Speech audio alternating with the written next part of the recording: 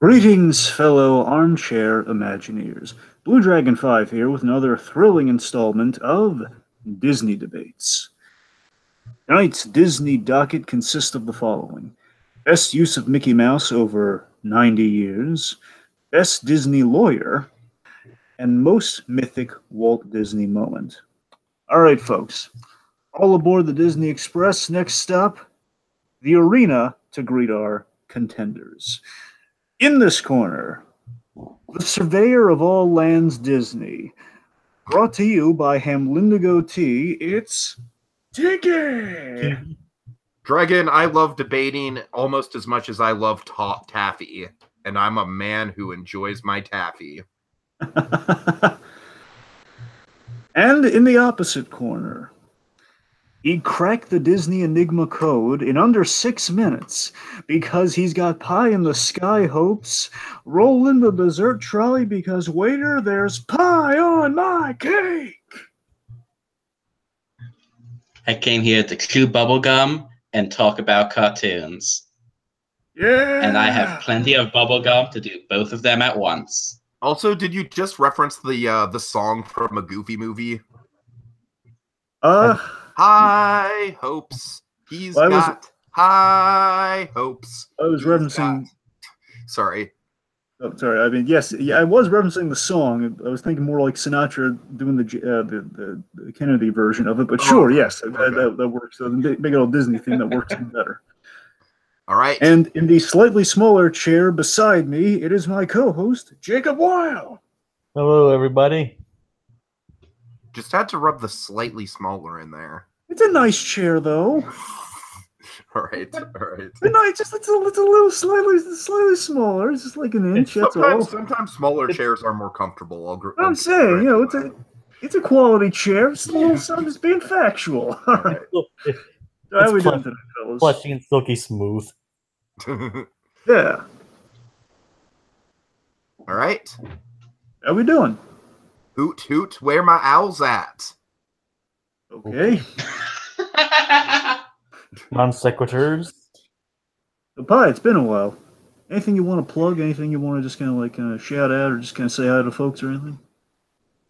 Yeah, actually, I've been doing, not on this channel, but I'll link in the comments on my gaming channel. I'm doing a new video every day at 3:14. Usually like 10 to 15 minutes long. Very nice. That's been really fun. Cool. All right. So with that said, guys, we're here to talk about some Disney. We're here to definitely kind of get into the swing of things, kind of a slice of what the usual Disney debates is like. We're kind of getting away from usual our big tremendous themes. Now it's just kind of like that cushy, easy. You know what I feel like? We're pushing into the holiday season, though, so this is basically a break from the themes for a month. It's a little laid back Disney breather, It's like, you know what? I just gotta sit back and I wanna bask in the Disney bewilderment, and to do that, I need something to satiate my appetite. The other contender was a Knott's Berry Farm debate, which would have been way too niche. Yes. 9 times the niche. All right, so all that said, let's do a little refresher for anyone joining us who's new to Disney debates, or for Pi, because it's been a while. Yeah, it's been a while, just to kind of refresh kind of how we've been kind of structuring things of late. Okay, rules are the goings on are these, folks. A little refresher. Okay, we got 3 rounds. 3 rounds, 3 questions, if you will. The order goes like such. We're going to go back and forth between Tiki and Pi here. They're going to reveal what they've picked, like what their answer is to the round. They will then make an opening statement, which is basically what I want to hear is the why they picked what they picked and like all the good points. Basically, make all your points you really want to kind of have made, so you don't have to really, kind of restate during the fight what you're going to do. Basically, it's all the good points, all the stuff that you really want to get out in front of everything. Then, of course, the fight itself. So again, it's reveal your pick, opening statement, then the fight. Fight to the death. And at the end of 3 rounds, we get to one of the favorite fixtures of Disney debates, the dreaded coin. Folks, the coin works as Yes. The coin works as such. It is an optional feature. So at the end of 3 rounds, if you're feeling lucky, you can opt to flip the coin. If you flip the coin lands heads, you gain a point. If it lands tails, you lose a point. But again, you don't have to. So ball's in your court. We're going to go around in whichever order we establish, and that'll do it. As always, when you hear my other little co-host here, who's in the really tiny chair. This is the chair you don't know. This is the really tiny chair. When R2 says he's heard enough, that means I've heard enough. That means Jacob has also heard enough. Then Jacob and I will deliberate, and we'll declare a winner. You gentlemen understand the rules as I have explained them here this fine evening. In the immortal words of Ducky from Land Before Time, yep, yep, yep. As George Washington presumably said at some point, yes. All right, that's verbal confirmation. That's good enough for me. Okay, legalese is covered. All right, let's go to the randomizer. Of course, folks like Vegas would like to put our names in alphabetical order here and kind of shuffle the deck, if you will, to ensure complete and utter randomness in this crazy little mud ball we call Earth. So. Wow, that was very poetic, Dragon. Holy crap. At least stepping into the co-hosting chair has prevented me from ever going first again. I don't know. You never know, Jacob. Never say never. The running gag, folks, is the randomizer hates Jacob and always makes him go first. Sometimes even when he's not here. So we're going to see if that's one of those cases. If you want to see if I'm wrong, watch the old episodes, folks. That's how you get more views. Okay, so without further ado, ooh, I'm first. All right. All right. Tiki's going first, followed by Pi, and that's the established order of the evening. And of course, after the 3 rounds and the coin option, we get into the speed round where things get cuckoo. So just that's the only way you'll describe the speed round right now. Just cuckoo. I mean, I'm not complaining. I like it. It's just it's very ambiguous. I like it. We'll leave them hanging. We'll leave them wanting more. All right. All right. So, guys, we ready? Yeah. All right. Round 1. So, in honor of Mickey Mouse reaching 90 years, big birthday happened for a good old Mickey Mouse this year, kind of the icon of the Walt Disney Empire. Mickey Mouse has turned 90 years old. Good for him. I thought we'd commemorate that by posing the round question. We give you the exact wording here, guys. This is what I'm looking for in the question. This is what you've been primed and readied for here. So, what has been the best use of Mickey Mouse over his 90-year history? And it's a broad question. So just to explain to the folks, it's a broad question. Means you can be a show, can be a performance, can be a short, TV spot, anything that has used Mickey Mouse over his 90 years of creation. So that's what we've instructed our contenders here. So it's main event time, guys. Tiki, what did you pick? I picked Fantasmic, specifically the original Fantasmic from Disneyland, not that Walt Disney World crap. Right. Ouch. A little harsh, but yes. All right, Pi. I picked The House of Mouse. Oh. The cartoon from Disney Channel. Mouse, yes. Okay, guys, good. In case Monkey's watching, here, take the lamp! Trust me, if Monkey's watching, he just broke out into a hysterical fit of laughter right now. All right. I'll take your word for that one. All right, Tiki, opening statement when you're ready. Okay, so Pi, first of all, I'm sorry. I'm sure Fantasmic in Disney World is very good. It's just Fantasmic in Disneyland is on a river, gosh darn it. And Tom Sawyer Island is right there. You're passing by Tom Sawyer Island all day on your way to Disneyland and on, while you're in Disneyland. And then at night, the whole thing just transforms itself and becomes this absolutely magical, overwhelming experience that kind of redefined the entire landscape. And the reason why I think it sticks up so much in terms of Mickey Mouse is that Mickey Mouse is the star of the show here. It might be a best of Disney show, but I think what threads it together, what makes it way more memorable than something like World of Color or your standard fireworks show, is the fact that it's Mickey's dream, it's Mickey's imagination, and it really kind of canonizes everything, and it really kind of paints the whole Disney spectrum in a broad brushstroke. plus it's got two of the most iconic Mickey Mouse lines of all time. The line that he uses to fight Maleficent. You all think you're so powerful, huh? Well, this is my dream. And then the iconic line that ends out the show. Some imagination, huh? I apologize for my Mickey impression, but I just think that Fantasmic, just all the way around, it represents all the magic, all the majesty, all the grace of Mickey Mouse. And it just really is the show that puts him at the forefront in a larger-than-life role. It gives him some iconic moments, and it's just, I'm literally getting goosebumps thinking of the first time I saw it when I was 7 years old. All right, that's all I got to say. Goosebumps, guys, goosebumps. All right, Pi, what you got? See, over the years, Mickey Mouse has become many things. He started out as one thing, he's kind of transformed from being more mischievous to being more straight-laced, to being more the straight man of the group, to sometimes even just kind of like a bland corporate mascot.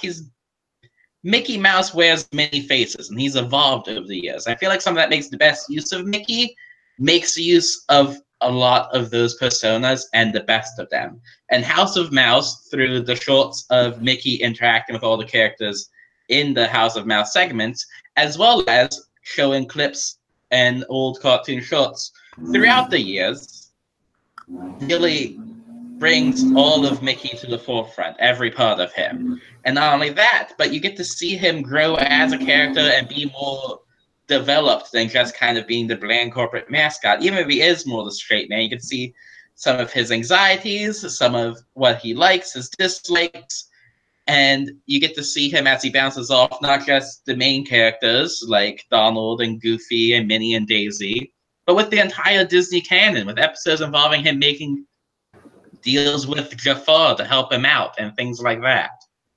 It uses all of Mickey's character instead of just one aspect of it. Okay, boys. Time to fight for my delight. What do you got? House of Mouse, Mickey might have been a good character on House of Mouse, but it's not a perfect show by any means. And I think the one thing that a lot of 90s kids, including myself, take away from House of Mouse is that it kind of ruined everyone's image of Daisy. And I don't want to drag that too down into the Mickey debate. I'm just saying, like, when I think of House of Mouse, I don't think, like, oh, all those iconic Mickey moments. I think, like, Daisy and Clarabelle being insufferable gossips. I love Clarabelle Cow, by the way, and they also ruined her. So, and Pi, you mentioned all these different hats that Mickey wears over the years. And it's interesting that you mentioned that because I feel like with Fantasmic, we get three of them in particular. We get the mischievous Mickey Mouse. We get the kind of the master of ceremonies Mickey Mouse, like you see in the beginning in the thumbnail here. And then most importantly, we get the Sorcerer's Apprentice Mickey Mouse, which, granted, I feel like there's an argument to be said that Sorcerer's Apprentice is kind of elevated above everything else when it comes to Mickey Mouse, which is why I didn't choose it. Because honestly, I think that would just be too easy of a debate to win. But, I just think that with I just think like with all three of those personas kind of coming out in the Fantasmic show in a very natural way, you get the Master of Ceremony show when Mickey's introducing you to his dream and all these visions and everything like that. You get the mischievous side when he's kind of conjuring up all these different sides of the Disney universe and also kind of, frankly, messing with the villains a little bit. You know, it really does kind of harken back to that kind of mischievous Steamboat Willie Mickey Mouse in a way. And then, of course, for the grand finale, for the hero battle, you have Sorcerer's Apprentice Mickey, which is the best known Mickey, the most iconic Mickey. And so I feel like all those elements fuse together through 16 minutes. This is important. 16 minutes of runtime, and you get the best of the best. You get this smorgasbord of a character, and you root for him, you cheer for him, you feel like he's gone too far at some points, you feel like he's pushed the boundaries at some points, and you want him to dial it back. It's suspenseful, and he becomes everyone. He becomes everyone because everyone experiences the power of dreams, and everyone kind of has gone on that sort of journey before. And I'm just getting way too goddamn philosophical about Fantasmic because I love it so much. Anyways. everyone loves Phantasmic, but that's not the debate here. You talk about Mickey having all the different personas in there, and while he does have a lot of personas, he doesn't have a lot of the personalities that come with them. Throughout the show, he has hints of personalities, but he's mostly there to be the more bland side of Mickey. Oh, I would disagree. Not necessarily in a bad way, in the way that Mario's kind of a blank slate, because that lets make the show works. Phantasmic, the way it's paced, the way the show is designed, I is feel almost I feel like World of Color is a blank slate. I feel like Phantasmic, the use of Mickey as the narrative framework, he's the hero. He's a proverbial hero. I think there's a difference between being the hero, like the hero's journey side of things, and being kind of just this corporate mascot being like, oh, kids, let's watch all these Disney cartoon clips. And that's what World of Color feels like to me. And there's a big difference between the two. There is. And that's what I was saying, is that they use Mickey to elevate Phantasmic above being just like a World of Color, because it's laid out very similarly. But they use him, like you say, in the hero's journey. Have you ever heard the thing about why Keanu Reeves is the best action movie star? It's because he has a really blank face. That's why Mickey works so well for this, because they don't use him to full personality. They use him to just enough personality that he can be kind of the host to take you from scene to scene, so it's not just disjointed scenes. They give him just enough personality that they can hang a story on top of it, but no more than that. Like you mentioned how he has some iconic lines from there, and he does, partly because he only has like 3 lines in there. Not that being able to talk a lot is a huge, huge thing, but that definitely can add to the character. As in something like House of Mouse, you say you only have 16 minutes with Phantasmic, and yeah, it can be impressive to do a lot in that time. But you can do a lot to develop characters in TV shows. And while I'm not going to say House of Mouse was like a heavy character-driven thing, it still gave time for Mickey to breathe. If you want the Better Call Saul of Mickey Mouse, folks, watch House of Mouse. That was the comparison I was going to use. If you only had 16 minutes, I'm sure they could do a lot of good things with the character. There's not as much as they can do to use the character as they can. That House of Mouse is a watered down product. That's my problem with House of Mouse. I'm not dissing Mickey in it. I just think it's a watered down product, and I don't necessarily think it's aged all that well, to tell you the truth. I can understand that. I feel like a lot of the animation quality is very piss poor. Like Monkey and I rewatched House of Villains, which was, by all concept, you would think that would be like the end all be all, like most epic House of Mouse episode to end all House of Mouse episodes. And it was nothing, man. It was like, I didn't even want to get into it. But, there's House of Mouse is just like random characters and in jokes. And yeah, it does have, props to them for showing the clips and the classic cartoons. I can agree. That is a good thing on House of Mouse. I definitely remember myself being introduced to some classic Disney shorts through that show. Props to them. But yeah, you get to see Mickey and all the different personas and personalities through there, and see how they all tie into the modern version of Mickey. Which I will say, House of Mouse, it is aimed at kids, so it is sort of watered down in a lot of ways. I just feel like Phantasmic, it's much more of a grand mission statement of who the character is in a broad masterstroke kind of way. Like, that show does not work without Mickey Mouse as the primary driving force behind it. And you don't get a ton of, it's a stage show. You're not going to get like a ton of nuance to it. But what you do get, I think, is enough. You see Mickey in his majestic kind of like, hey, I'm going to take you on this wonderful journey, and I'm your best friend, and I'm going to go along with the ride for you. Then you see him push it too far. You see him become kind of that mischievous mouse that he was in the original, in his original shorts, in the black and white shorts. And he pushes it too far. He pushes the limits of his imagination. He goes into a dark territory that he doesn't want to go in. And then through it comes out the other side and is just kind of like all the better and all the more changed for it. And I feel like that whole thing, that whole idea of Mickey Mouse is this everyman who goes through these fantastical journeys, and the idea that anyone, you hear me? Anyone can go through these fantastical journeys and can have some imagination. It's just a powerful message for me. And I've looked into lucid dreaming myself, thanks in small part to Phantasmic. It's such an inspirational show. It's such a mind-blowing experience. And I just feel like I just feel like the multimedia use of Fantasmic, like I feel like a kid who sees Fantasmic when he's 7 years old is going to remember Mickey Mouse a lot more than a kid who just watched House and Mouse as one of the many shows that he watched in a block of Disney, of Disney Channel programming that's probably going to run together with better shows like Kim Possible and Recess. There were a lot better shows during that era that really kind of outclassed House of Mouse, which is another reason I don't think it can be argued as the very best pinnacle of Mickey Mouse. I think House of Mouse is a bit better than you're giving it credit for, but I haven't watched it in a long time, so it's tough to argue that. But what I will say, I'm just saying the pinnacle of that era. The pinnacle of that era was Recess and Kim Possible. So House of Mouse wasn't even the pinnacle of the genre it was in. Like I said, I can't remember enough about the show in detail to argue that too much. What I can go back to is what you're talking about, Fantasmic. And while you're right, the show is very inspiring and well put together, and it can inspire people. And like you said, it can show, because Mickey's the everyman, that anyone can have a dream like this. But then the question becomes, if anyone can have a dream like this, why does it matter that Mickey is that everyman? How does the show change when you could just put Mario into it? The way I see it, if everyone's special, no one is. That's what you're sounding like right now, Pi. I just want to let you know that you're sounding very cynical.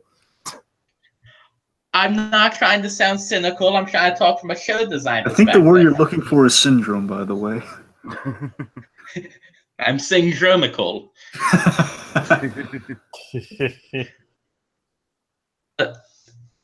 I don't mean that in a cynical way. I mean from a show design perspective. The way you're talking about it, how Mickey's an everyman, that's how shows and movies and all kinds of stories are made when they're built around a blank slate character. That's why they choose an everyman. That's why it's so inspiring. All right, that's it. All right. Okay. Jacob, what are your thoughts on this round? I had to say I was definitely impressed by these two, by both their arguments. Yeah, I'm strong right out the gate, guys. I got to give you both points on that one. In all honesty, I wasn't expecting much from the House of Mouse pick, but I actually brought up very many good points as to why it's a good use of Mickey. I love this show. It's been a while, but I used to love this one. And Tiki, yeah, I'm sorry, go on.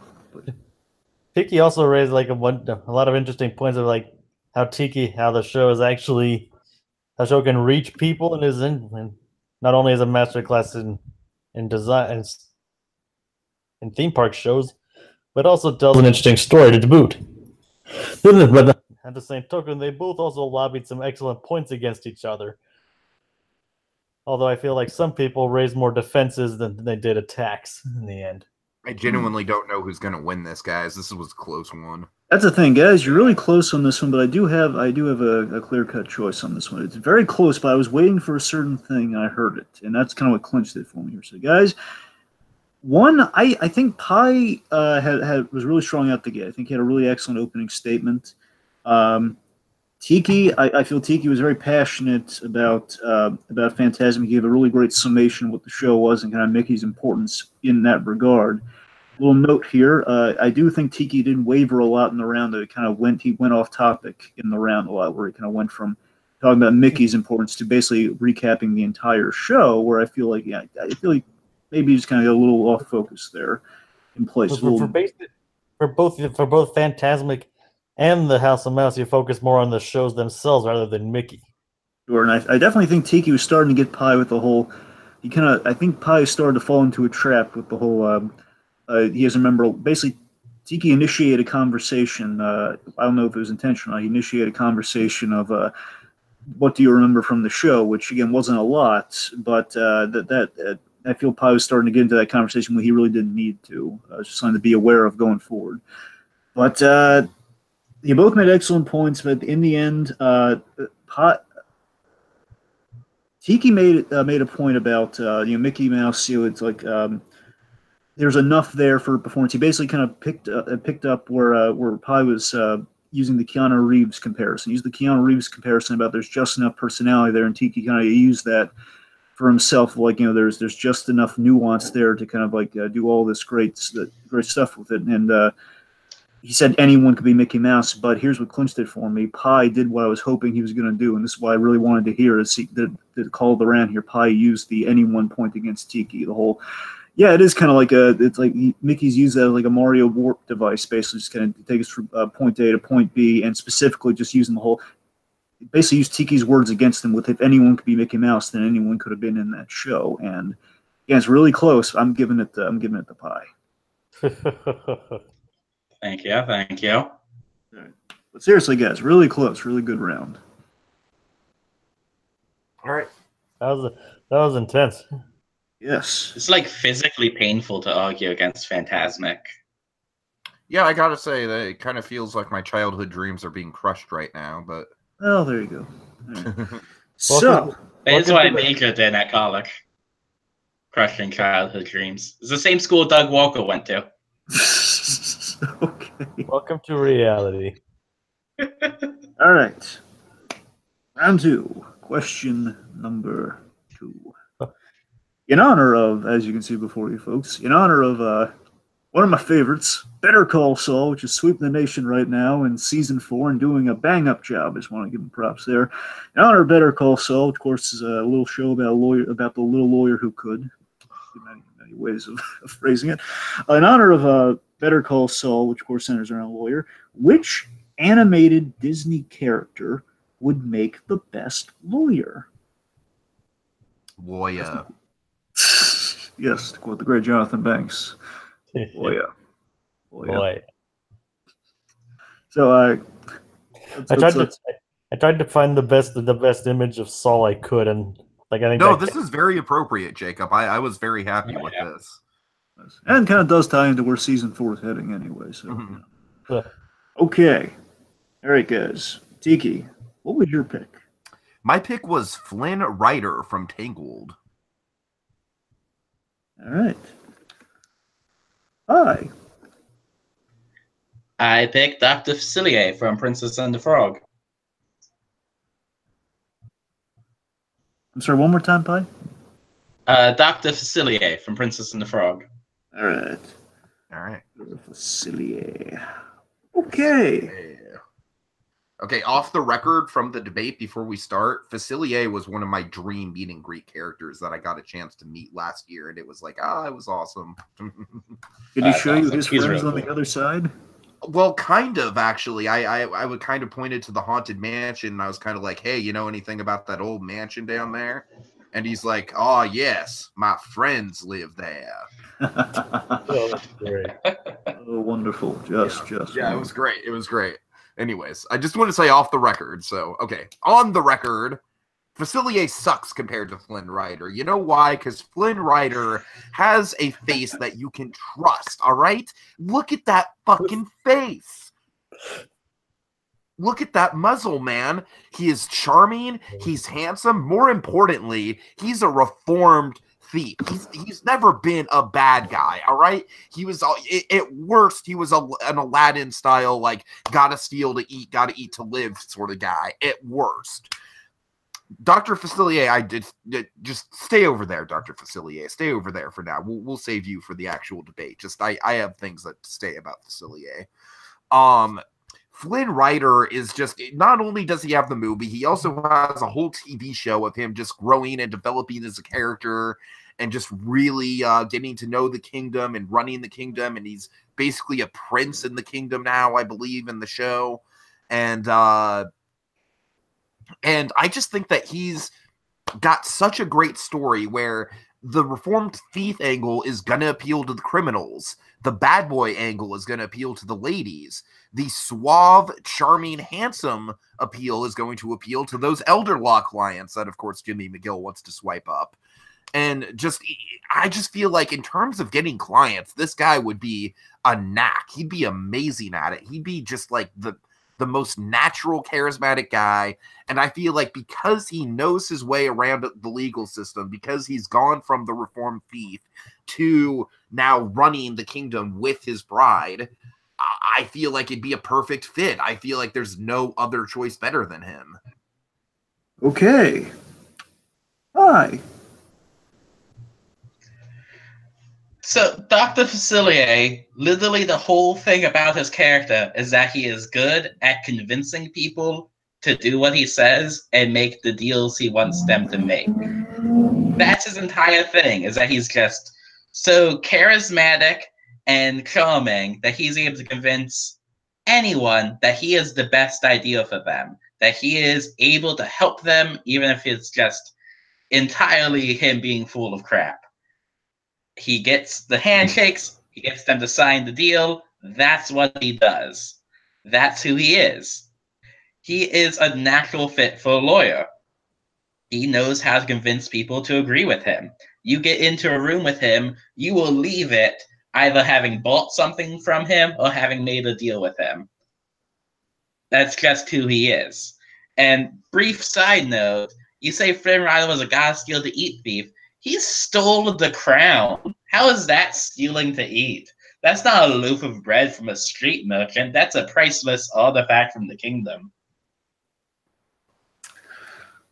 Okay, is that the end of your statement, Pi? Yeah. Okay, guys. Let it out.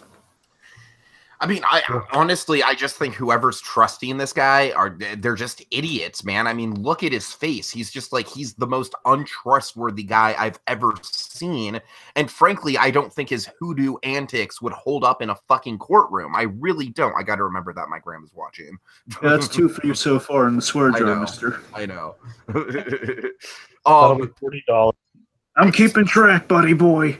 I just feel like Facilier is just like, yeah, sure, his antics might work on a street level, but when it comes to the actual courtroom and the actual law system and actually like going by the books, as in not using cheats and magic and all that stuff to convince people, Flynn's got it, man. Because as soon as word gets out that Facilier is like mind controlling people or whatever the hell he does, it's been a while since I've watched either of these movies, I'll admit. So yeah, he might be a better... You know, he might be a bigger thief, but you know what? That just means he has a more reformed and he has an even bigger character arc. You know, he was robbing from the crown and now he is the crown, darn it. And let's talk about antics for a second and what happens in the movies.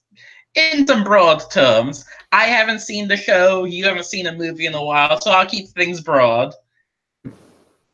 With Flynn Rider, throughout the entire movie, they set him up like he's supposed to be this suave, able to charm anyone into doing what he says and things like that. This Aladdin-type character, smooth talker. That never once works for him the entire movie.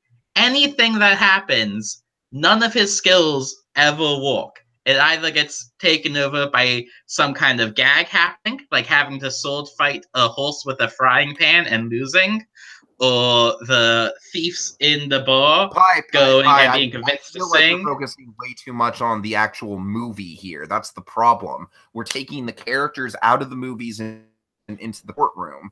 And with all those antics going on, yes, those were antics, but it wasn't Flynn's fault that it was happening to him. It was just a happenstance in movies and but I feel like Flynn Rider in the courtroom, in a controlled setting, like in a setting where he's not trying to be killed or where he doesn't have, this thing that everyone's chasing after in the form of Rapunzel, like I feel like just in a controlled setting, now that he's calmed down, now that he is, technically speaking, this guy is above board now. That's the biggest part of my argument. He's 100% above board, legally speaking. Dr. Facilier, you couldn't weasel him into Saul Goodman's office. He's so weaselly. Like I said, he might work on like a street level, but you're certainly not going to get a respectable, as soon as word gets out that Dr. Facilier is doing all this stuff, they're going to disbar him. It's simple legalese, man. I know a thing or two from watching Better Call Saul. And Flynn Rider is the type of guy who's going to bake cookies for the assistants. He's going to, he's going to learn everyone's name and birthday. He's going to send out Christmas cards. He's going to be the talk of the town at the courthouse. He's gonna rock it, man, because he's got the personality and the charm, and he doesn't have to resort to cheap hoodoo tricks to do that. He's just naturally that way. So you can talk about Facilier's shtick and all that only working. It's not gonna hold up in court. You can talk about only walking on the street level, and he could change up the not using the magic and just use his charm and fast talking and all that, and use actual above board things if we'll take them out of the settings of the movies, and just be a regular sleazy kind of lawyer. But you can talk about it only walking on street level, but at least it walks. Not talking about concepts in the movie, but the characters do come from the movie. And what the movie taught us time and time again is that Flynn Riders all talk, and yet it never walks. Like, you talk about him being good at this stuff. Being nice isn't what makes you a good lawyer. All the things you talked about that feel like attributes that would make him a good lawyer never walks. Being nuanced is what makes you a good lawyer, and I feel like Flynn is a nuanced character. I feel like he doesn't have to be perfect to be a good lawyer. He doesn't have to be perfect, but he has to be able to succeed at least once. And based on his character, that's his character. Someone who's all bark, no bite, and isn't able to actually seal the deal. And that's a big part of being a lawyer too. Son of a bitch, call it. It's 3 by the way. I thought you were winning. I'm not winning. Okay, well, Jacob, what did you think? Well, they both I know I'm not winning. We'll see. Jacob, what do you... And just a minor side note, like you said, you should have said like with a face Flynn can trust, but nobody ever gets his nose right. Like, how can you trust someone who can never remember his nose? I'd love to see that. I feel like my big downfall here is I did not rewatch Tangled. That's what killed me. If I would have rewatched Tangled, I probably wouldn't even picked him. I gotta be honest here. But I think what happened was that just like the last round, he used what you brought up against it. Used what you brought up against you. It was like taking things out of the movie. It's like, and using character traits established in the movie, putting them in the real world. And as he pointed out, Flynn wasn't very good at any of that stuff, where Dr. Facilier was able to sweet talk at pretty much anyone he talked to. Yeah, I mean, talking success rate here, I mean, Dr. Facilier, he struck 2 deals and was about to strike a 3rd one that may or may not have been successful in that movie, where Flynn Rider, I mean, here's the thing. I feel Tiki, again, you were saying very true points about the character, and I think you're right. It's kind of a question of there's client outreach and just kind of dealing with the clients, which Flynn Rider would excel at, versus kind of like basically a sleazy lawyer in the courtroom who can make deals. He's a plea guy. Facilier is a plea guy. I guess that's the argument then. It's like what does it come down to? Exactly, they're both very. Who would be better at their respective position? And I think what Pi was arguing a lot was just the success rate of if Flynn really did not succeed all that often. And again, taking the TV series even out of the equation, you go by the movies he had a very low success rate, but even taking the series into account, he has the success story of like he went from crook to crook to lawman, essentially went from crook to crown, more accurately, and of course for the purpose of this debate. Lawman, but again, Tiki, that whole stole the crown thing, that really did hurt your argument, because I heard that Aladdin point. I was like, oh boy, if Pi points that out, Tiki's going to be in trouble.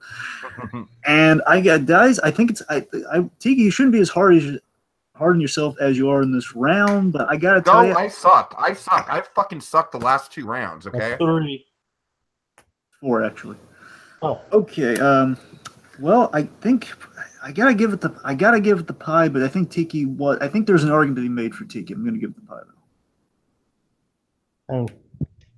Like I said, I think that was a really close one because I thought I was losing. I seriously Tiki stopped it. So you both had excellent picks, by the way. I really did love your picks though, because I saw this. Basically, you guys are made the points that I was hoping you'd make. So I mean, you both had really solid picks though. They're both definitely creative choices for the subject, man. You use your arguments creatively. Yeah. All right. Saul would be. I've never actually seen the show, but I'm guessing Saul would be proud. I think he would. I don't know. All right. We ready for round 3? Yep. Okay. Yeah. Round 3. The big D round. Okay. What is the most mythic Walt Disney moment. What I'm looking for here, guys, is I want you, of course, just to tell you what, tell the audience here what our guys been primed and ready for here. Basically, I'm looking for Disney the Man. Disney the Man in history, in the history of Walt Disney. I want you guys to sell me on the myth. Like, tell me the story. Like, tell me the story behind your pick here. Like, why is this moment? Like, why is this going to be like painted on pottery? Why is it going to be it's be in museums, be restaged in biopics? Like, I need like a mythic moment of Walt Disney in his life, like Disney the Man, as opposed to Disney the horse. Disney the Man. Obscure. Or Portugal the Man.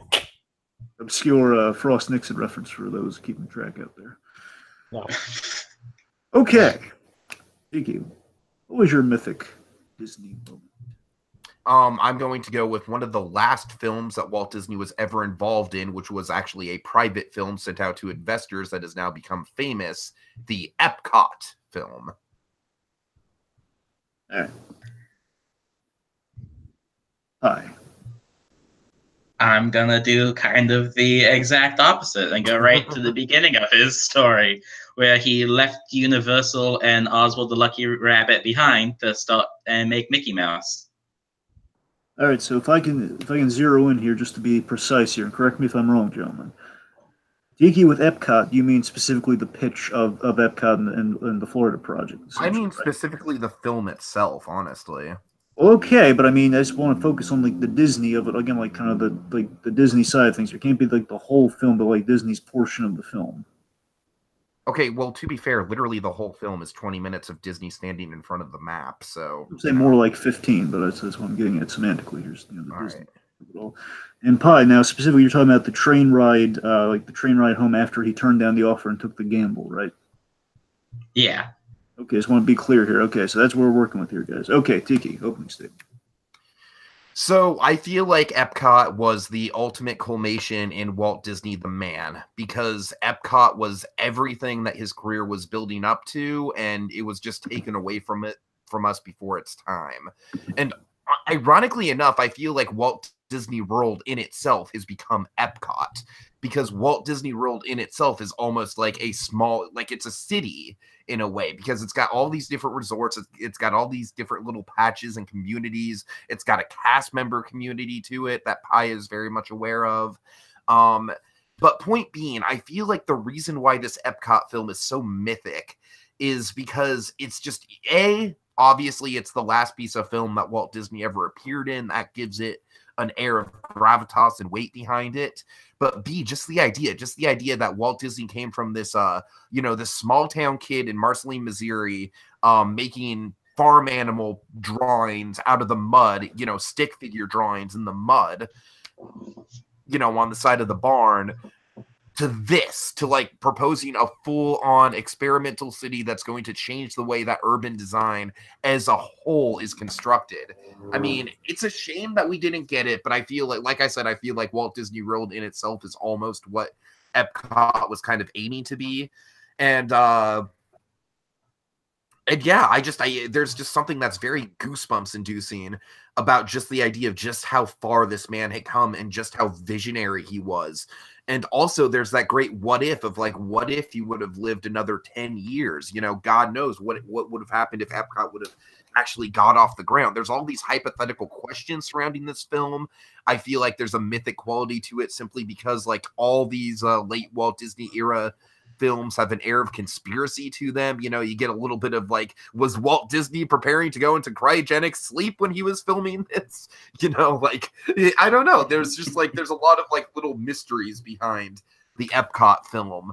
And it's just a very, very elusive piece of Disney media, and one that really shines a light on him to what a genius the man was.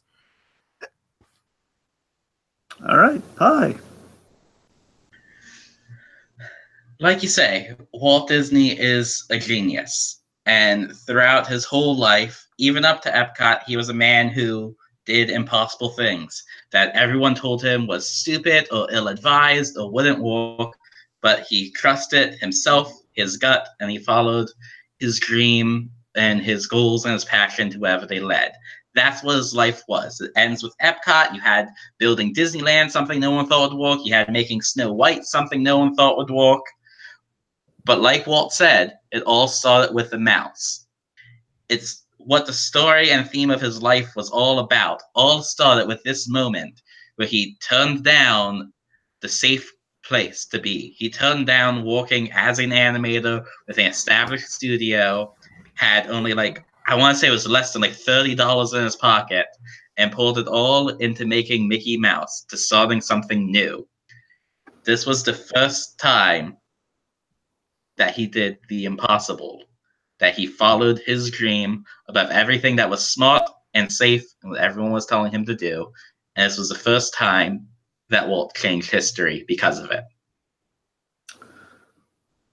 Okay. And that character was going to go into a little film known as The Galloping God Show. Good night, everybody.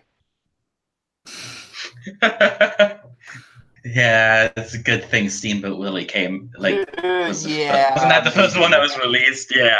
All right, I think technically the first one to be made was Plain Crazy. Okay. Oh yeah, you're right, Jacob. Right. Plain Crazy. Right. All right, guys, fight it out. Try to kill each other with words and all that. Go on.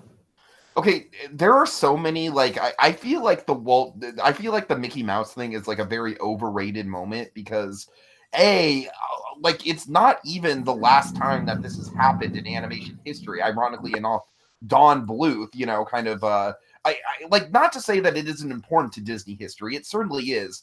I'm just saying the idea of an animator going out on his own and starting his own company, it's not something radical. Like, it was radical back at Walt's day, but it's almost kind of like, you almost see it, like, I don't want to say it's commonplace, but you see it a lot now. You see a lot of independent animators going out on their own. But what isn't common is this whole theme of a man's life and just all these technological, like these leaps and bounds, creating audio animatronics and creating, redefining the way that amusement and, like, themed entertainment would be done.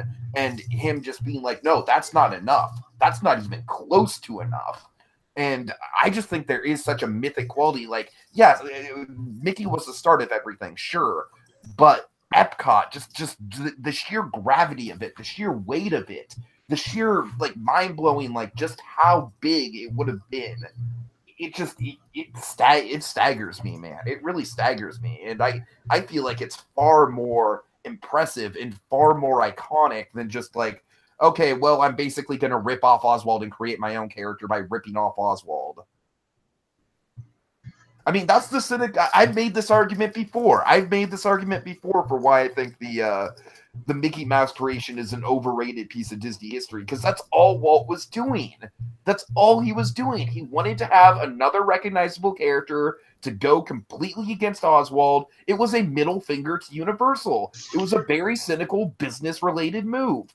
Epcot was something that Walt the man wanted to do, and he didn't have to do it. He didn't have to design Epcot. He didn't have to have the dream of Epcot. It wasn't a necessity to him. It wasn't something that would have made or broken the studio, but he wanted to, and it was a passion of his.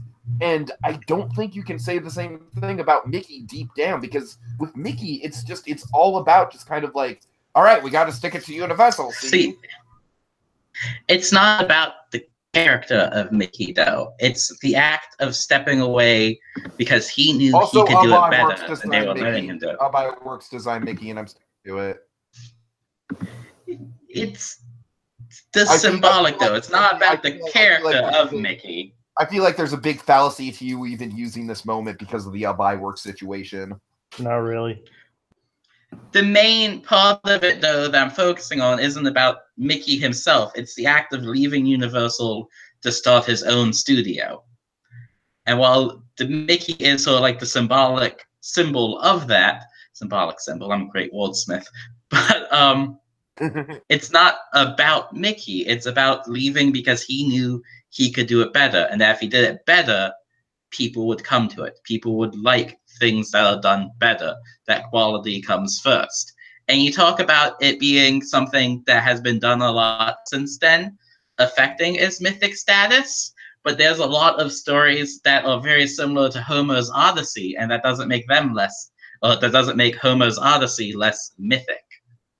or grand in its story, even if it lessens the impact a bit. Yeah, maybe. but I'm just saying, like you're never gonna see Don Bluth be like, "Hey, I'm gonna create this experimental city" or anything close to that. You know, Don Bluth's never gonna even create a theme park. You know what I mean? It's like there's such a big difference between the culmination of the start of just like, okay, I'm gonna start something out on my own, to like, I have this grand and epic vision and I must share it with the world, and my God, it's gonna consume my dying breaths, and I'm literally going to trace maps of it in my dying moments to my brother. That is mythic. It's very impressive, and it is mythic. I'm not gonna say it's not, but that's like the 4th time in his career where he's done something incredible and different from what others have done. And even though that's one that hasn't been copied, I feel like the difference here, Pi, is that everything was kind of like, everything was sort of like, he didn't need to do Epcot. Like I said, everything was sort of a necessity, like a technological necessity that turned out to be like, yeah, we needed the sound in the cartoons, we needed color in the cartoons, we needed feature-length cartoons, we needed a theme park. We didn't need Epcot, and I think that's what makes Epcot such a revolutionary and such a crazy and ingenious and like mythic part of the Walt Disney history, is that Walt Disney could have coasted by for the rest of his life on just doing Disneyland East Coast. You know, he could have coasted by on the Florida project just having Disneyland in it. He could have very easily done that. But you know what? He said, no, I'm going to make this East Coast Disneyland not an East Coast Disneyland at all. And for no other reason than the fact that he was a visionary. This was a point in his career where he was on top. He could not be looked down upon. This was like right around the time of Mary Poppins, all the Academy Awards. Disneyland was in its heyday. Like, there was no way that anything he was going to do was going to crash the studio. So that's why I think that just him kind of going buck wild with it, and for the end of his career going out on such a high note that we're always going to remember Walt Disney for, Epcot. But like you say, he was on a high note. He had a safety net there. The studio and the park were both well established at that point. When he left Universal, he had no safety net. He had $30.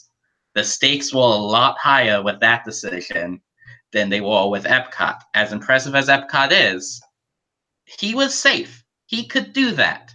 Yes, it might affect the company a lot if he went through it and it didn't work out, but he had the studio. No. You're missing the point of my whole argument here. My whole argument is the fact that, like, what you're pitching is basically like a standard, like, grab yourself up by the bootstraps American dream, like, like anyone can achieve anything. And that's not unique to Walt Disney. Plenty of people have come to this country with $30. All right. Jacob, what do you think? There's definitely an interesting argument to be found here. I must say that they both did. I mean, I keep saying this, but they both raised excellent points. Although I will say that they both kind of lost the focus of their original arguments. Like, they kept focusing on like different aspects. Like, Tiki, you said that your aspect was the film, that you focused on everything but the film.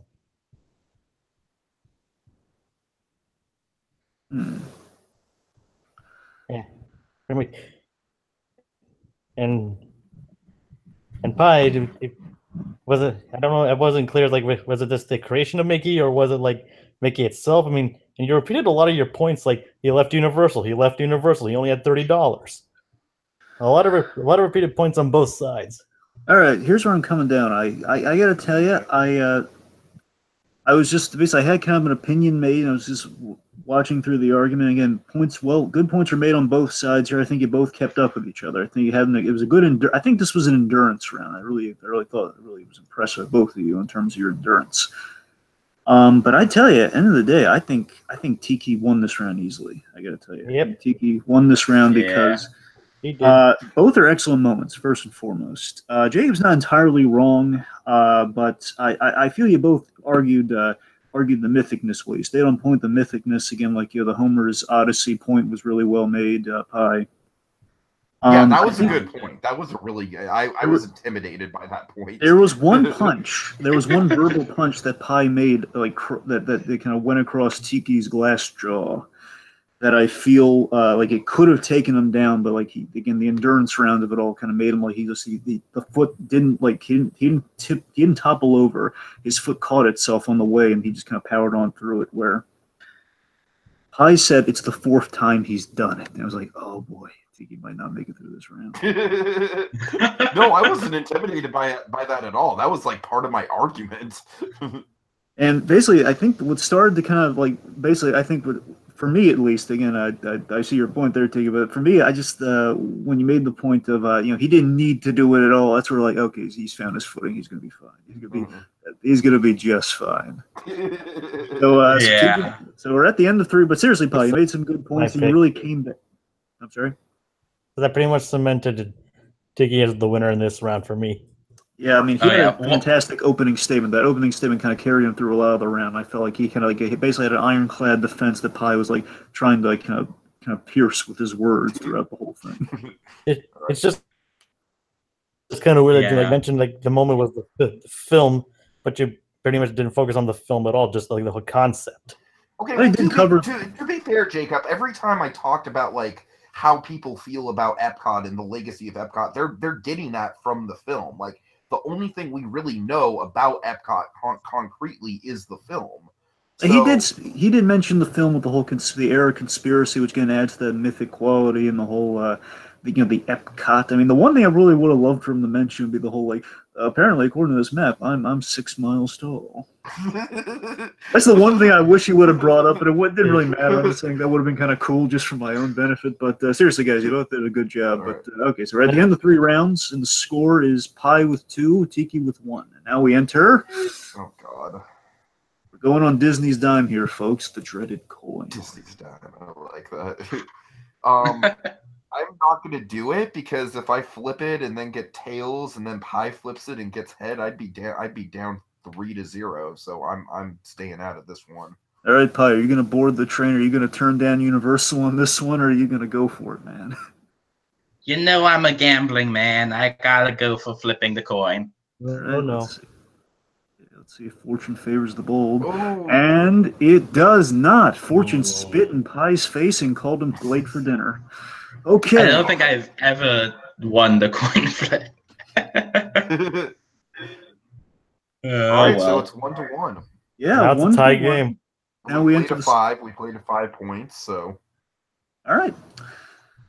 Okay, guys, playing the 5 points, and the way the speed round goes is there's it's 30 seconds followed by a 15-second rebuttal. Basically, do as much as you can within the 30 seconds, and then you have 15 seconds to decide how you want to use that time, either to refute the points made or just 15 more seconds of basically go with God on it, do whatever you're going to do. All right. Okay. That's good. Here we go. The speed round, and boy, oh boy, is it cuckoo. Okay. I love the hype of that dragon. Cuckoo for Cocoa Puffs. Yes. If you guys ever sell T-shirts, that has to be one. Just speed rounds or cuckoo. That's all the song. All right. The back of it says cuckoo clock. Right. The stopwatch is a cuckoo clock. Yes. Okay.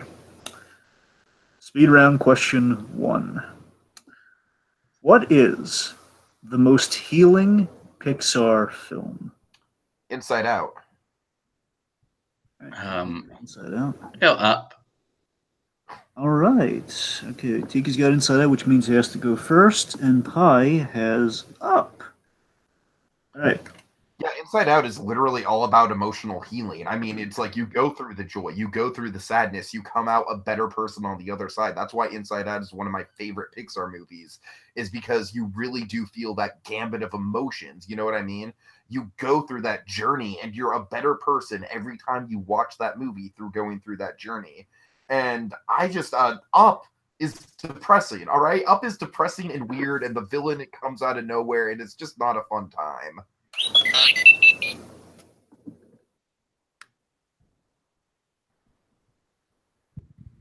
Okay. So here's the thing with Up. Like you said, depressing is something that can help a movie be emotionally cleansing because it makes you feel strong emotions.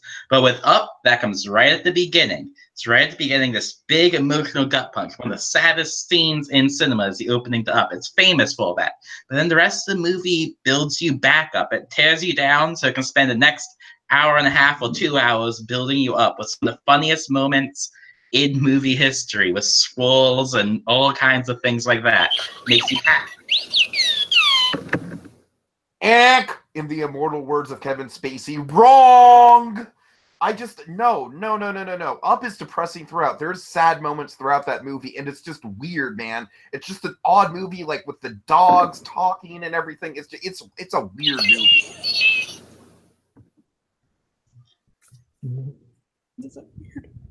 It's a weird movie, but weird isn't bad. It puts the emotions up front, the heaviest ones, and then it stays bittersweet, but always building to a hopeful end. Whereas Inside Out does the heaviest emotions right at the end, so you don't get as much time to be rebuilt after it tears you down, making it less healing.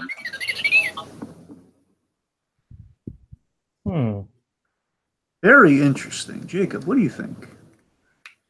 Definitely an interesting argument, though. I mean, I feel like I could have used my 5 seconds better than the whole, like, wrong Kevin Spacey. Yep.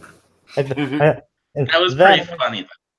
That, and I think you wasted the remaining 10 seconds of that just focusing on how weird the movie is instead of actually building a constructive argument. Yeah, if I were you guys, I'd give it to Pi and all. I'm in agreement. Pi used an excellent strategy this round. Got to admit, I had a good first 30 seconds, though. I was proud of that first 30 seconds. You did, and Pi, what he did is he used your Pi. Basically, Pi knew he couldn't really go against Inside Out, and what he did is he used the rebuild. You know, you have no time to emotionally rebuild yourself, no time to heal after that and Tiki could have easily rebuffed that, but he misused his time, so it just worked out perfectly. Yep. All right. 2-1, played 5. Next question. All right. Here's one of those cuckoo questions here. Oh boy. This is what I like to call a Disney battle royale. Oh no. This is a quick draw question here. All right. So whatever you hear first, you got to, it's basically I'm going to say 2 names here. All right. Best Roy Disney, Roy O. Disney or Roy E. Disney? Roy E. Disney. Roy O. Disney.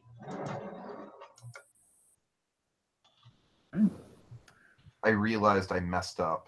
Yep. I wanted to. Shit. Shit. Darn you, idiot nephew. I'm stuck with the idiot nephew. God damn it. I got really lucky there because I was going through in my head. I'm like, wait, which one's which? I forget. Idiot nephew. Oh, God. I was about to just sketch Roy E. Disney too, just because I got them mixed up.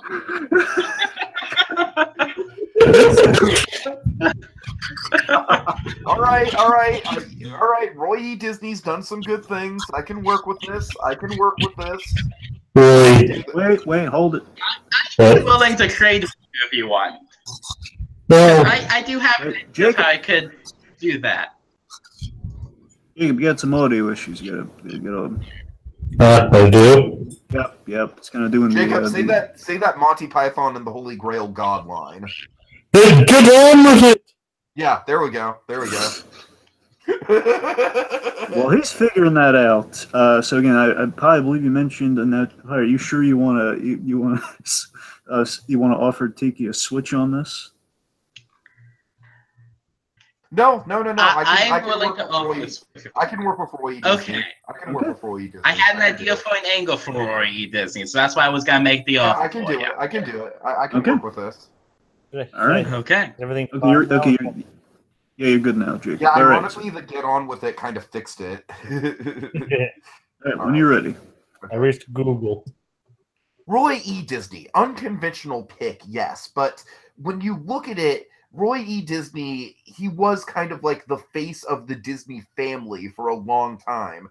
And I feel like the important contribution Roy E. Disney made to the company is that in the darkest times, in the Eisner timeline, He pushed out Eisner, and he fought that fight, and he was on the ground floor with the Save Disney campaign. And for that, Roy E. Disney should be respected. Eisner was good, but he went a little too far.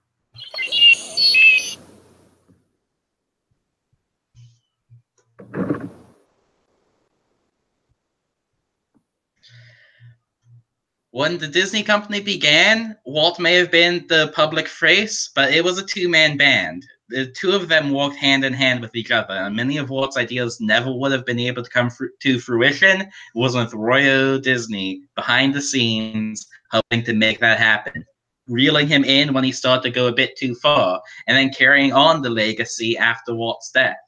Roy was the man who made Walt's dreams happen. Walt may have had the dreams and been the face, but Roy's what made it possible. I just feel like Roy E. Disney is way more charismatic and camera ready than Roy O. Disney is, and I feel like that goes a long way. And I remember him from the Snow White VHS. He's just like he is the idiot nephew, yes, but that is a character and that's his identity.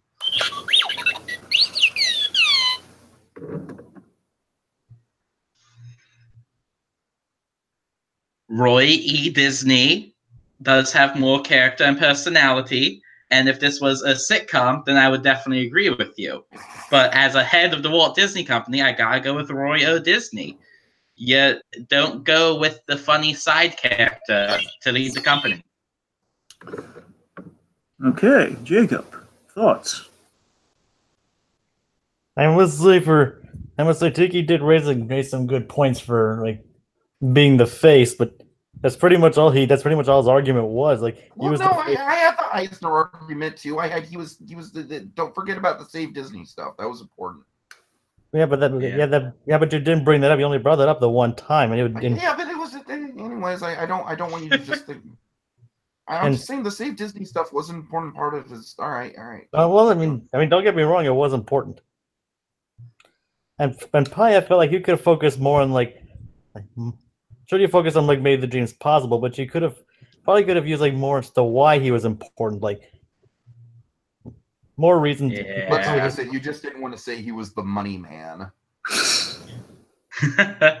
Yeah. Here's the thing. So I feel Pi was Pi had the winning choice, but I feel Tiki won the point though. I feel Tiki made more points where Pi he had the smart pick, and he had the one who's he was more important. He fought well. He made Walt's dreams come true. Those are good points, but I feel basically with those last 15 seconds or so, if you will, I feel it's just he was kind of biding his time, and he didn't really know exactly where to go with it. I think that show where Tiki again, I feel both are on even footing this round. I'm going to give it to Tiki by a small margin. Small margin. Yeah. I gotta say that was a battle, and I'm proud of myself for getting out ahead on that one. Mm-hmm. You had by far the harder argument to make, and you made it well. Exactly. I went with the cult of personality for him. So. All right. Okay. Next question. So just to clarify, we're 2-2 playing to 5. Yeah. Yeah. All right. 2-2 playing to 5. Yeah. Okay.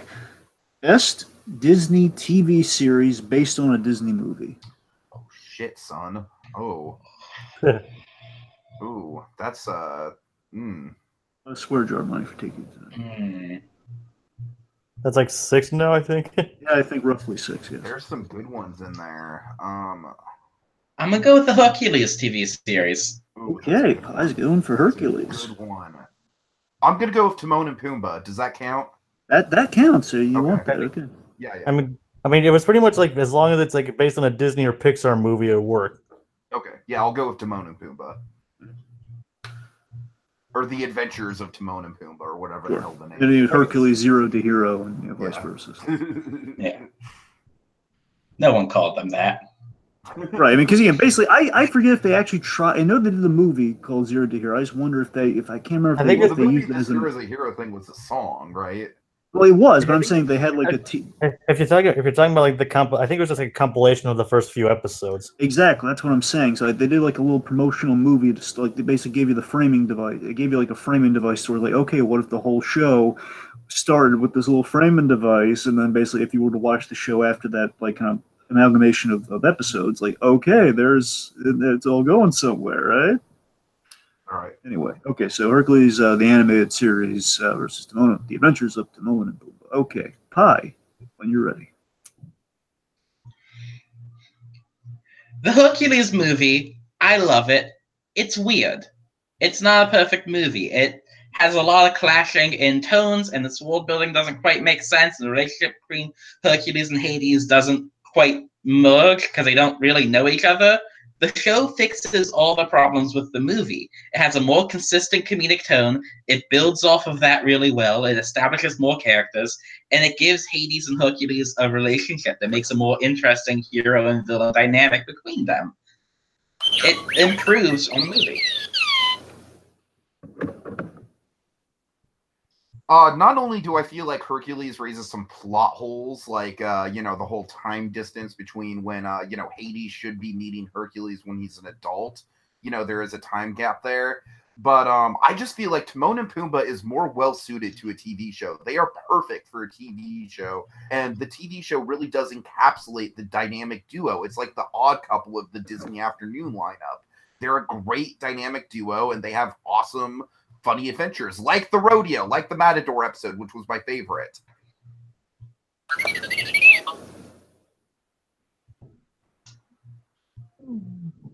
Let's not talk about fitting into canon when you're arguing for Timon and Pumbaa, where you talk about a rodeo episode. I remember episodes where they went to cities and went on cruises.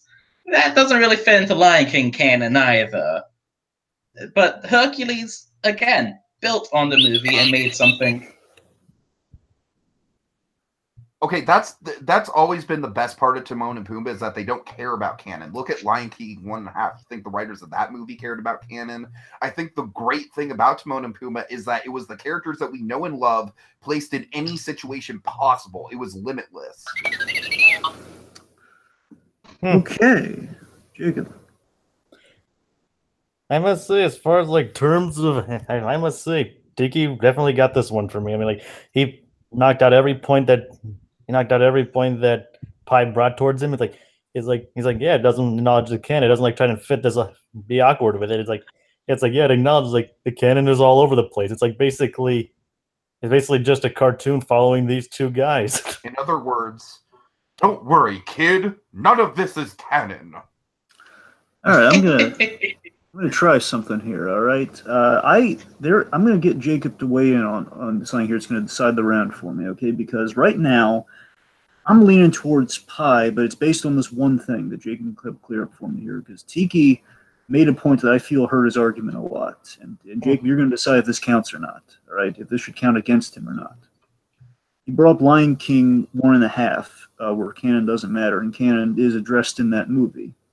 Now that point was not raised by Pi, but do you think that should count and take away from Tiki's argument? I mean, it's an example. I mean, that movie. I mean, technically, that movie does condense like a year's plot within like a few days. But so, I mean, I don't think. I mean, I'm not sure if it should be entirely detrimental. I mean, I think he actually used it to prove his point that canon really doesn't matter when it concerns Timon and Pumbaa. All right, fair enough. Okay, well then, by that logic, Tiki gets the point. Ooh. All right, so As soon as he said Timon and Pumbaa, I mentally went in my head, wait, man, I forgot about that one. For the record, we also would have counted other stuff. Like I would have gone with Legend of Tarzan if it were me. That's what I would do. Like, that one was good. That was a really good show. Like Tarzan, we also discussed like using Buzz Lightyear as one possible one too. As much as that would be my go-to, I mean, I think Tarzan, you could really mine a lot from Tarzan. I love Buzz Lightyear. Tarzan was going to be my choice until I realized Timon and Pumbaa existed. Yep. So. All right. Okay, so right now, where it stands, Tiki has 3, Pi has 2. All right. All right, let's see. Okay, here's something newsworthy, okay? Oh, boy.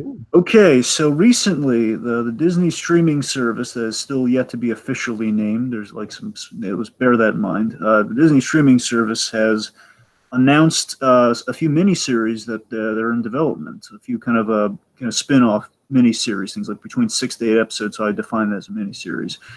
For Loki, and Scarlet Witch. So they're basically bringing kind of the big screen MCU heroes to these smaller miniseries, kind of like Marvel one-shot, but in kind of a Netflix vein. So not counting the small screen heroes. So none of our TV shows that we have now, and not Loki and not Scarlet Witch. Which big screen MCU character needs a show? Rocket Raccoon. Rocket. That's actually who I was gonna say. Ah, beat you to it. I'm gonna go with Okoye. Okay, Pi's got Okoye. Okoye. Oh, okay. All right. Yeah, so Rocket Raccoon just lost his best friend in the world and everything is crumbling down around him. We need to know what happens with that. That can't just be a subplot in Avengers 4. That needs to explore. We need to explore the emotional depth and complexity to it. And Pi, quite simply, the reason why your argument doesn't work is because Okoye is going to be Rocket's main sidekick in his show. Like, she's the other one. No, I'm serious. She's the one who lost someone. She lost someone. He lost someone. It's perfect. A lot of people. Oh. I mean, lucky. Black Panther was a movie with a lot of standout characters, and Okoye was perhaps one of the better standouts. The actress, who I forget the name of, did a standout role on Walking Dead, so she's proven she has the chops to lead a TV series. And on top of all of that, she's just a fantastic character who people fell in love with. She could be tough, she could be ruthless, and she could tell all kinds of interesting stories in the world of Wakanda, which wasn't properly explored in the movie, the day-to-day life in that city. So Denai Guerrero. Denai Guerrero, yeah. Denai Yeah. Guerrero. Guys, you laugh, but I'm completely serious. Like ensemble-y speaking, Okoye would be a big part of the Rocket show. And I just think that Rocket, there's just way more emotional stakes there. Whereas Okoye, I just feel like Rocket's the more iconic character.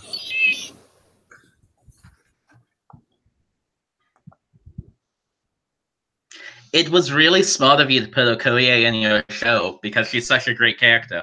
Probably even carry her own show. In fact, she should. And plus, if you have Okoye leading it, there's a lot more budget you can use. With Rocket Raccoon, a lot of that budget's going to go to CGI, which means a lot of small-scale stories. Jacob? This would definitely be an interesting thing. I mean, the whole point was like with Okoye losing someone, half the population lost someone. So you could pretty much easily just pair him with Bucky, and it would make just much sense. I would love that show though. Rocket and Bucky. I'd watch Rocket with anyone. Let's wait, no, I'm sorry. We can't pair him with Bucky. Yeah, I'm about to say, what are you guys saying? Well, in all fairness, Just Rocket carrying around a vase. Look, let's clarify here. If you're doing the Infinity, like right. Wait, I meant Steve Rogers. I mean, Bucky was one of the ones that got lost. I mean, right. Sorry about that. Go on.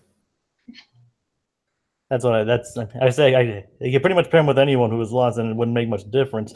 But I think that Tiki. I mean, I think that Pi also brought in like the practical element at the end with like, unless it was like an animated series. Yeah, unless it was like I was really hoping that Pi wasn't going to bring that up. I'll admit that. Unless it was like a 2D animated series. There wouldn't be much room for budget outside of it to make him look like a realistic raccoon, like maybe just like a one shot, but not enough to carry a series. So, okay, here's where I'm at on. So, one with the effects point, I won't entirely say that's like something that kind of wins anyone the argument because the idea is like they're bringing the big screen, like the actors you pay a lot of money for, we're giving them their own shows for like 6 to 8 episodes. So I'm not going to take a huge chunk away with the money point because again the idea is like Disney's putting a lot of money behind the Disney streaming service more MCU shows. But aside from that, I want to make something clear. We were. At least I don't know about the rest of you guys. I was laughing not because it was like a bad idea. I was laughing because that was such a clever move. Like, oh my god, you put his character in your show. No, honestly, I was kind of disappointed that he chose her because the whole buddy cop like Rocket and Okoye thing was a big part of my argument. So I was like, oh crap, okay, this is this is a situation. I mean, Anyways, both solid choices, and I think Tiki, he had a good kind of starting point there, holding the lost a friend angle. That's not bad, but I do feel that I just think Pi, he had a lot of great points in that 15-second rebuttal there. The whole there's there's the effects move. Again, I'm not going to take a lot away from that, but the other side of it though is that you get to explore Wakanda. She's got a lot of potential. There's a lot of fan love for Okoye, Black Panthers. It's top in the nation. Everybody loves Black Panther. And again, there's an interesting story there to tell with her. And I don't know. There's there's also the fact that, as Pi pointed out, Tiki he was kind of using the fact that Tiki put her in his show because she's such a good character. So I think Tiki, that's the risk that Tiki took with that Okoye thing. So I think basically I was laughing at the brilliance until I realized, oh wait a minute, that's why we don't see it that often. As long as they got like Ryan Coogler to work on that, that would work well. Right. So point goes to Pi, and we are tied yet again, guys. 3-3. yeah, guys, I actually pitched that this one should be for all the marbles, just so we don't end up going 2 hours. All right, so you want to do one more then? I think that's a good idea. Yeah. I think now that we're tied up 3-3, I think this should be for all the marbles. All right, let's see. Let me just kind of sift through. I'll ask Jacob's opinion on which type of question to go with here. Okay, Jacob, here's what we're working with. There is a Muppet question. There is a cuckoo question. And there is another streaming service question. So there are 3 questions to pick from. I think we should definitely do a Muppet question because I feel like every speed round should have a Muppet question. It's a fair point, but you're not Jacob. Jacob, what do you think? I mean, I'd like to do the Muppet question, but I at least want to hear what the cuckoo question would be afterwards. Okay. Okay, going with the Muppets then. Lucky for Tiki, this ties into something timely. All right. Which Muppet would you go on a road trip with?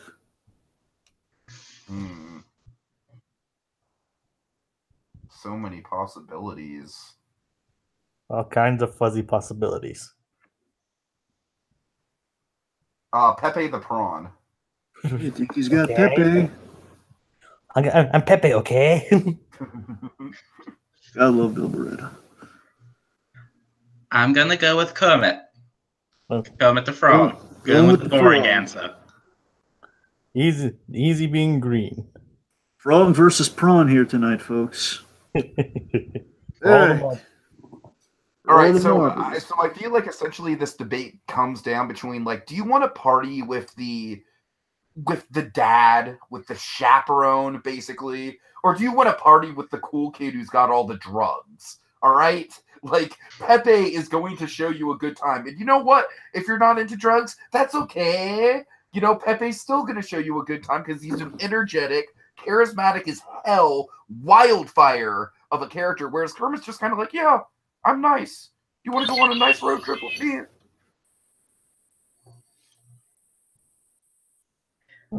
Kermit's very nice, and he might seem like a boring character for something like this at first.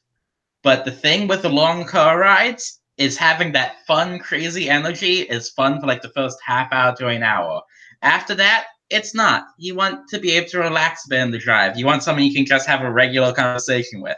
If the whole drive is singing along to loud pop music and doing crazy things, it gets old and it gets tiring, because driving is a tiring thing. Plus, Kermit can tell you all kinds of cool behind-the-scenes stories to fill time. Okay, I think Pepe would tell you the more interesting behind-the-scenes stories. Kermit would keep it PG. Pepe would spill the juice, man. And also, it depends on the road trip. I feel like 6 hours of singing in the car with Pepe would be amazing.